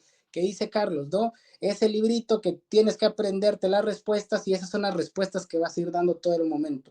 Pero lo que obvian es todo este mundo simbólico, masónico, que incluso encontramos dentro de la investigación que en Guatemala a principios de los años 20, a principios del siglo XX, en los años 20 más o menos, se trabajaba la masonería, la teosofía, el rosacrucismo, y todo se trabajaba dentro del templo masónico que estaba en Guatemala. Entonces, creo que sí había una conexión entre varias logias que hoy en día se ha ido cerrando, porque eso es otra cosa. Hoy en día, si tú perteneces a un rito y vas a otro rito que no está regulado por ellos, ¿no? Llamados ritos irregulares, es hasta, digámoslo así, tema de expulsión, tema de irradiación, como llamarían ellos, ¿no? Pero la masonería es un universo que está vinculado no solo a esta, sino a otras órdenes iniciáticas, como el rosacrucismo, como ya lo exponíamos, al teosofismo, y no al teosofismo de la teosofía de Blavatsky, sino al teosofismo de Jacob Böhme, de Martínez de Pascual, y que también se aborda dentro del libro. Martínez de Pascual, Luis Claude San Martín y Jean-Baptiste Villermoz, que es el que quiso crear este régimen escocés rectificado. Y ahí es donde encuentras todos estos grabados. Eco admiraba muchísimo los grabados del siglo XVIII de los jesuitas. Athanasius Kirchner era un jesuita que intentaba encontrar todas las formas simbólicas, incluso de los jeroglíficos egipcios, para darles una interpretación de hiero, ¿no? De sagrado, el hieroglifo. Y incluso dentro del péndulo de Foucault hay un momento donde se dice maldito Champollion, ¿no? Porque creen que Champollion vino a destruir toda ese misticismo que encerraba el jeroglifo, y vino a decir, no, esto nos cuenta historias políticas o la historia política de Egipto, y no toda esa trascendencia. Remontando un poco, ¿no? A los orígenes judeocristianos de la masonería, cuando Moisés sube al monte Sinaí y está 40 días ahí, es obnubilado ahí por una bruma, a él se le da se le presenta, ¿no? Se le presenta a Yahvé, y le dice que no puede mostrarse porque si no él moriría en el instante, y ahí, en ese momento, le enseña todos los planos del templo, le dice cómo debe estar el templo, le habla del arca de la alianza, le habla incluso de un mar que dentro de la masonería se usa, que es el mar de bronce, que tiene los bueyes o los toros por debajo, son 12 que representan a las 12 tribus de Israel, y posteriormente Salomón pues contrata a Hiram Abid para que pueda utilizar, digamos, toda esta parafernalia que ya estaba en el templo del desierto, que le fue dado por Yahvé a Moisés, y construir dentro del templo de Salomón ya toda este simbolismo, toda esta estructura sagrada que es dado por Yahvé a Moisés, y que Aarón sería como su primer sacerdote y los hijos de Aarón, ¿no? Entonces, creo que sí, hay un pasado mítico, incluso lo comentábamos con Carlos, los sitiales de la masonería, donde está sentado el venerable maestro, el vigilante, donde están sentados todos los cargos, tiene una estructura cabalística, ¿no? Con el árbol sefirótico, los sefirots incluyen toda esta estructura, y aquí se cree que que la presencia del Shekinah, o la presencia del gran arquitecto, se encuentra en el Ara, que es pues, el altar que se encuentra en el centro, que tiene el libro de la ley, que es la Biblia, pero al estudiar la Cábala nos damos cuenta que el sitial del venerable maestro es el que realmente irradia todo ese poder, ¿no? Que se va diluyendo hasta llegar a los grados de afuera. Y aquí también hacía mención yo lo que trata Mircea Eliade en el libro de lo sagrado y lo profano, ¿no? De la construcción del templo. ¿Quién es el profano, ¿no? El que está afuera del templo, y quién es el iniciado, el que se encuentra dentro del tiempo. Y aquí parte también esta idea de los tiempos, del tiempo sagrado y el tiempo regular, ¿no? El tiempo cronológico y el tiempo sagrado, que es el que se puede vivir dentro de un espacio sagrado.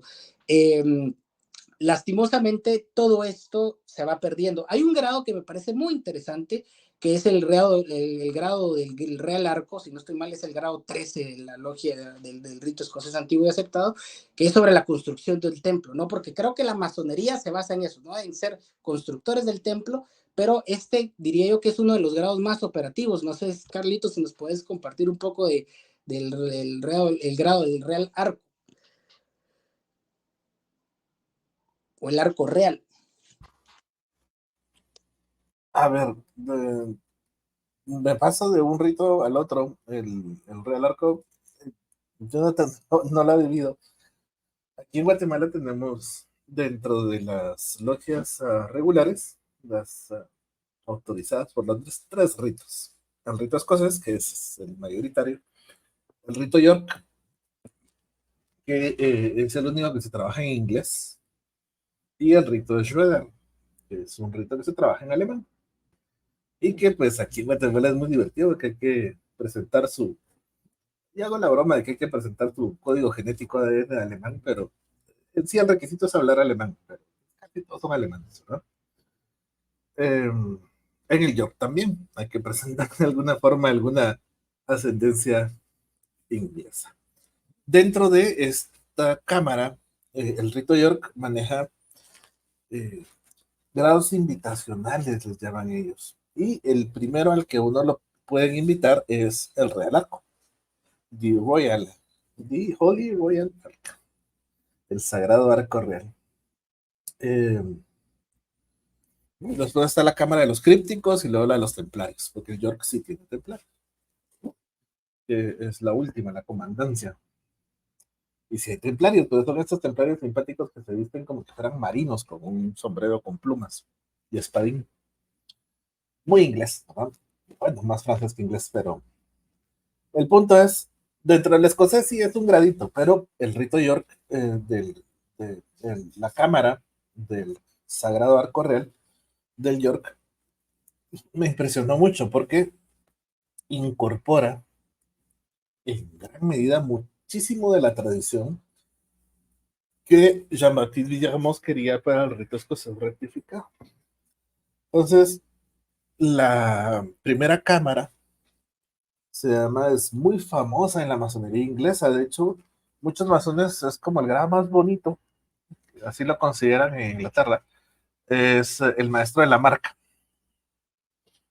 El maestro de la marca tiene como enseñanza, a ver, si ustedes buscan marcas de masones, solo esa es una enseñanza profunda, muy hermosa, que en ningún otro grado se enseñó, que los albañiles, constructores de las grandes catedrales, cada uno tenía su propio sello. Entonces, para poder pagarle su trabajo, cada ladrillo que hacían lo sellaban, hacían su marca. La marca tenía que tener ángulos, 7 ángulos rectos, y es toda una tradición en cómo hacer la marca de cada uno. Muy bonito, como uno logra hacer su sellito para que después le paguen. Entonces, eh, eso uno aprende en ese grado, que es una enseñanza muy bonita. Cómo cobrar, cómo hacer que le paguen a uno, pero cómo demostrar que el trabajo es de uno y no robarse el de los demás. Y si uno va a buscar a las catedrales, ahí tú, Guillermo, que tienes más de cerca esas grandes y hermosas construcciones, al ver las piedras, cada piedrita tiene sellitos, y esos sellitos eran las marcas de los masones. Muy bonito. Todo esto a lo que invita es precisamente la siguiente, que es la cámara del pasado gran maestro, y la siguiente, que es la cámara del arco, y luego la del Real Arco. Nos cuenta eso, cómo se construyó el templo, desde ladrillo por ladrillo hasta el final.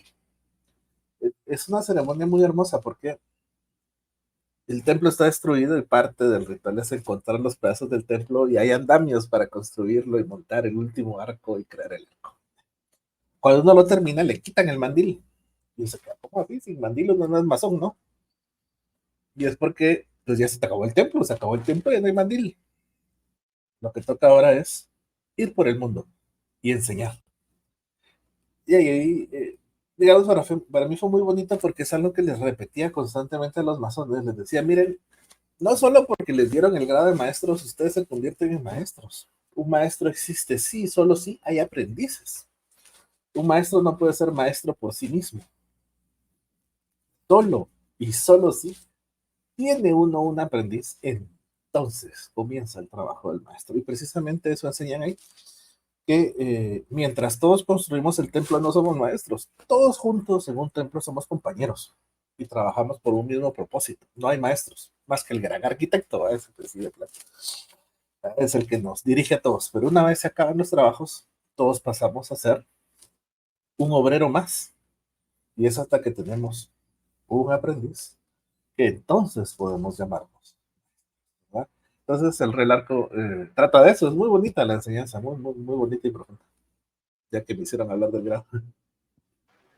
Pues precisamente como ya creo haber robado más tiempo del conveniente, quisiera terminar con una pregunta doble, y digo pregunta doble porque o bien cada uno de nuestros invitados puede responder a las dos, o bien, bueno, pues cada uno a una, eso lo dejo a su elección.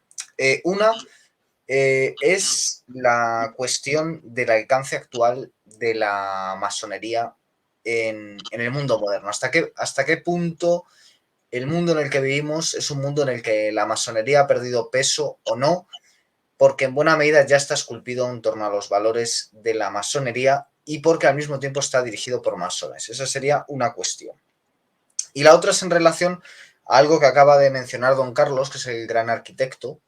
Eh, Quisiera preguntar si el gran arquitecto es una figura en la que caben Dios, Yahvé y Alá, o bien es que Dios, como se suele decir a veces, o bien es que Dios, Yahvé y Alá en realidad son el trasunto de otro tipo de deidad que sea el gran arquitecto. Me explico.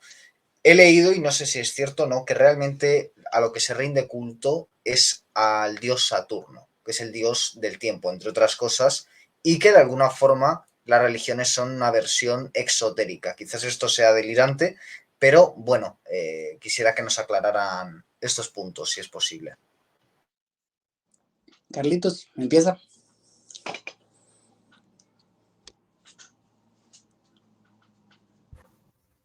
Comparto completamente el punto de que Saturno es el que estructura todas las religiones por el tiempo. Y además, aquí me tomo la libertad de mencionar lo que Lacan habla de las religiones. Lacan dice que nuestra vida nuestra vida gira en torno a un pote de mostaza. Lacan era medio perverso. Ahorita les explico rápidamente, puede ser cualquier pote, cualquier frasco. ¿Verdad? Lo que decía Lacan es que todo frasco lo que tiene es un vacío. El punto es que ese frasco tiene que estar vacío. Entonces nuestra posición frente a ese frasco es lo que nos hace ser en la vida. Entonces la mayoría de las religiones lo que hacen es tapar el pote. Y dicen, no, no, no, usted no tiene que ver el vacío. Ya respuestas ya hay a todo. Aquí está. Leas este libro, ahí está todo. No lea más. Lo simpático, dice Lacan, es que la ciencia, hasta cierto punto, se convirtió en una religión, porque ahora tapa el pote y dice, no, no, no, no, no, no se ande haciendo preguntas, mire, le hace este libro, este científico, este libro, ahí están las respuestas, no las ande buscando afuera, ahí, la ciencia ya tiene respuesta a todo. No la postura científica, la ciencia, ¿verdad? De alguna forma ha caído en esa trampa de querer explicarlo todo a través de paradigmas, o sea, así es y no se puede contraer, ¿no? Sin embargo, el arte es lo único que permite bordear ese vacío sin caer dentro. O sea, a veces nos tropezamos y nos caemos, por eso los artistas terminan locos. Pero el arte nos permite ver al vacío y regresar, ver al vacío y regresar. Les ponía esta anécdota porque precisamente el gran arquitecto, dentro del manual este que les cuento de los masones, dice, y los masones regulares, así lo dicen textual, el gran arquitecto del universo que es Dios.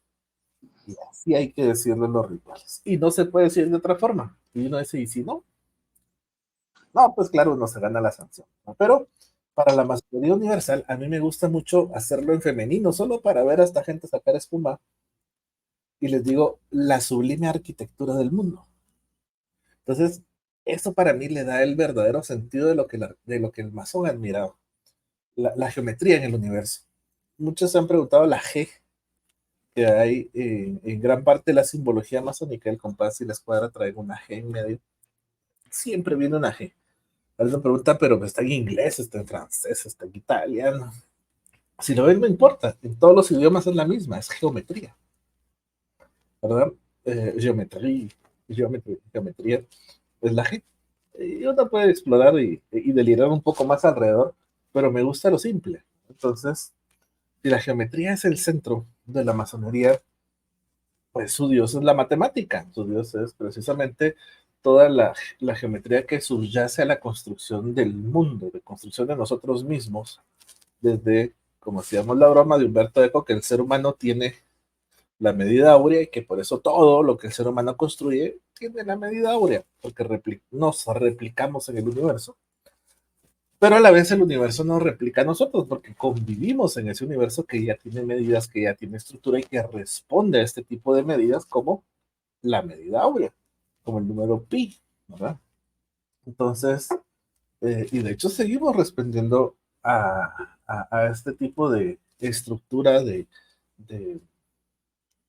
belleza que subyace al orden en el universo, que tal vez es la frase más hermosa que tiene la masonería en sus últimos, bueno, el rito escocés en sus últimos grados, el grado 33, que dice ordo caos, ¿verdad? El orden en el caos. Precisamente lo que quiere decir esta frase es que si de algo nos debería servir toda esta enseñanza de tratar de entender al gran geómetra, a la gran geometría, es entender que todo tiene un orden. Y si alguien lo desordena, somos nosotros. Pero es en la medida en que nosotros obtengamos ese orden interior, obtengamos ese reinado dentro de nosotros mismos, podremos ser rey. En el mundo profano, digamos, ahí podríamos aplicar esto. Que iría vinculado, yo sé que no estaba en la pregunta, pero es parte de, a un término muy usado en la masonería que le dicen el arte real de la masonería, ¿verdad? Eh, yo lo cambio un poquito, yo le doy vuelta, y es el arte de ser rey, ¿verdad? El arte de reinar. Pero pues muchos hermanitos se lo creen de veras de que los van a convertir en grandes dirigentes de otros hombres, pero el verdadero principio es que si uno no aprende a gobernarse a sí mismo, no puede gobernar a los demás. Si uno tiene caos adentro, va a haber caos afuera, ¿no? Y ahora sí, pues precisamente al poder que tiene la masonería, para mí es muy fascinante. Tengo que buscar este libro, porque lo tengo en algún lugar, en la biblioteca infinita con Humberto Eco, que lo escribió una francesa que se llamaba Le pouvoir avant le pouvoir, el poder más allá del poder, donde ella como socióloga, lo tengo que buscar para darle ya el nombre correcto, hace un análisis sobre qué tantos masones hay en el gobierno francés. Es impactante, es casi el 90%, porque allá como la masonería es mixta, si no es en una logia es en otra, si no es en rito es en otro, pero casi el 90% de los políticos franceses son masones. Y como les decía, si algún país, por eso de ahí mi respuesta, puedo considerarlo masón, es Francia. Porque hoy en día, si algún país tiene estos principios que no eran masónicos, sino que de la Revolución Francesa de libertad, igualdad y fraternidad, es Francia. Más allá de eso, lo que Francia sí es una democracia plena. Más allá de Estados Unidos no es una democracia, es un maquillaje democrático. Pero Francia sí lo es, en todo su sentido. Y logra aplicar esta división de poderes, trina, como lo tenía, digamos, si uno analiza cómo se construye una logia, más allá de la cábala, como dice aquí nuestro querido Jonathan, la logia se divide en tres poderes y la democracia se divide en tres poderes. Entonces, si alguien creó la democracia, si alguien llevó a la práctica estos principios masónicos en el gobierno a través de una república, es decir, el poder de todos o la cosa pública, fue la masonería. Y si algún gobierno de alguna forma refleja este tipo de estructura, es el francés. Entonces, la masonería hoy sigue siendo gran parte de nuestra vida cotidiana, todavía tiene algo que contarnos, todavía está viva de muchas formas, en muchas facetas. En Latinoamérica es una cosa que, como obviamente nos mezclamos aquí con el realismo mágico, terminan siendo unas cosas muy simpáticas.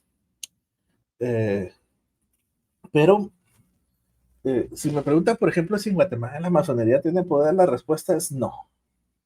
Pero hay países donde sí, México lo tiene, sin duda alguna.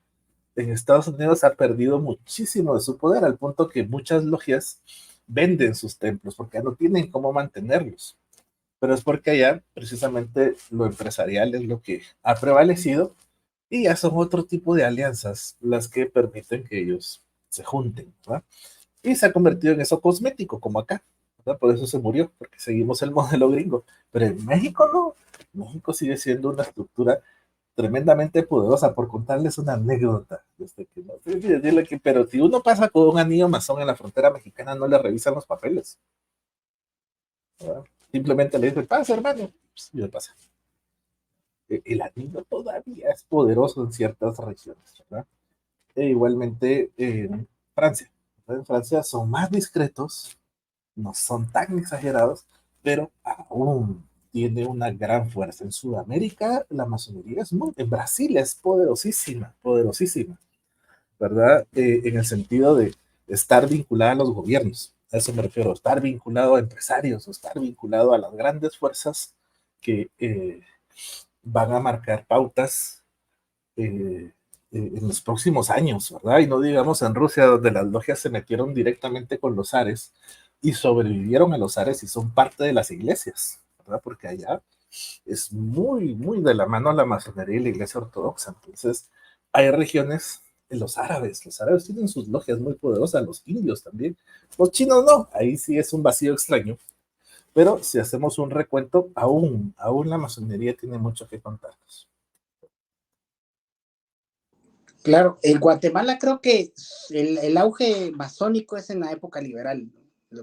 Presidentes liberales como Reina Barrios, Justo Rufino Barrios probablemente fue masón, no se sabe, ¿no? Fue un presidente muy importante, no fue masón, pero bueno, dentro del templo de San Marcos, que es donde nació Justo Rufino Barrios, se tiene ahí la presencia de Justo Rufino, pero digamos que sí traía el modelo francés, ¿no? De la reforma, ¿no? Incluso en Guatemala es llamado el reformador. En la casa de Reina Barrios se encuentra el Consejo Supremo de los 33 grados del rito escocés antiguo y aceptado. Y creo que sí, este cambio que hubo en Guatemala sobre el gobierno liberal al gobierno conservador, ¿no? Que había dejado España después de la independencia, creo que la masonería tenía ese poder y muchos de los masones surgieron en una zona, en un departamento de donde yo soy, que es Quetzaltenango. La mayor parte de ellos eran liberales y eran masones, ¿no? Recordemos que incluso en Latinoamérica misma muchos de los independentistas eran masones, eran iniciados dentro de la masonería con todas estas ideas de liberar, ¿no? De reformar. Incluso creo que fue un ataque contra España. Yo tengo la creencia de que fue un ataque contra el catolicismo, directamente lo fue. O sea, aquí en la Biblioteca Nacional de Guatemala puedes ver incluso la cantidad de libros expropiados a la iglesia, la cantidad de órdenes religiosas que fueron expulsadas de Guatemala, la cantidad de monasterios que fueron convertidos en escuelas públicas, ¿no? En hospitales. Entonces sí, la masonería tuvo un peso muy importante a finales del siglo XIX y principios del siglo XX. Incluso el Popol Vuh, el libro del Popol Vuh, escrito, la primera traducción escrita por Efraín Recinos, fue porque él era un embajador masón que estuvo en Estados Unidos y allá, pues, con los hermanos masones de Estados Unidos pudo traer el Popol Vuh. No, ese es desde el punto de vista cultural, pero dentro del punto de vista político diría que la masonería hoy en día ya simplemente es un club, ¿no? Donde se juntan, eh, se, se toman los famosos fuegos, ¿cómo le dicen, Carlos? No me acuerdo cómo se llaman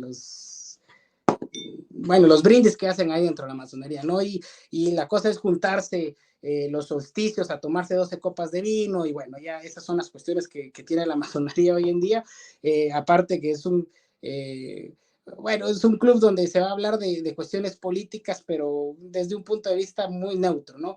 Ahora, creo que sí, la importancia de presidentes masones, como te digo, Reina Barrios, que quiso reformar Guatemala desde de la influencia de todo este principio liberal, sí es masónico. Esto desde el punto de vista de la importancia de la masonería en Guatemala.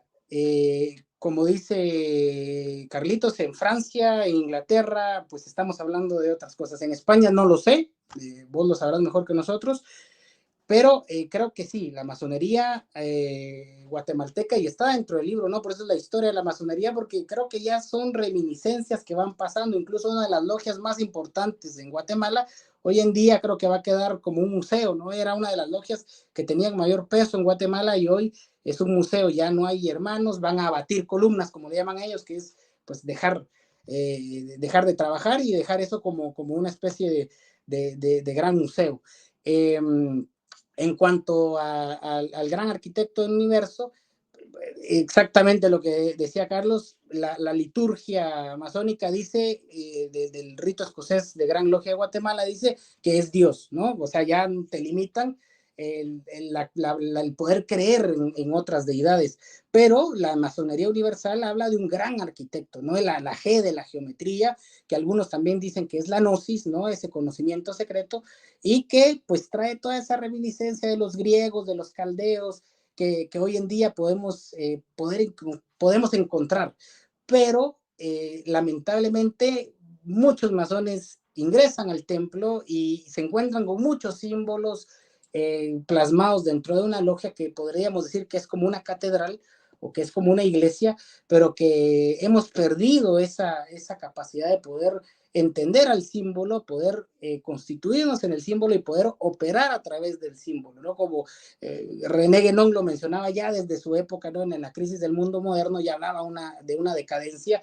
Creo que sí, hoy en día ya se ha politizado únicamente, y todos estos principios herméticos, estos principios alquímicos, todo este lenguaje simbólico, pues ya es parte del pasado, y no representa, pues para el masón, algo muy importante hoy en día. Bueno, pues ha sido un gusto teneros a los dos en el programa. Jonathan, Carlos, no quisiera robaros más tiempo ni bueno, pues ser más insistente con las preguntas, que creo que ya he hecho bastantes por hoy. Y nada más que deciros que de verdad un gusto escucharos a ambos. Gracias por haber venido a contarnos todo esto. A mí, a los oyentes, y nada, gracias también a los espectadores por haber llegado hasta este punto del programa. Al que le interese saber más, pues remitimos a ese libro, que no sé si nos podrías volver a enseñar por última vez, Jonathan, que eres el que, a ver si puedo ponerte centrado para que se vea bien. Ahí estamos, ahí lo tenéis: La masonería y otras sociedades secretas, compilado por Johan Melchor. Y bueno, pues con textos de nuestros dos invitados. Además, se ve que aquí está, somos 4 autores. Ahí puedes ver. 4 autores, hemos tenido a 2 con nosotros hoy. La edición se ve que es muy bonita. Y bueno, muchas gracias por haber venido ambos de nuevo. Ha sido un gusto y volveremos pronto con más programas en Pura Virtud, Cine y Literatura. Hasta pronto.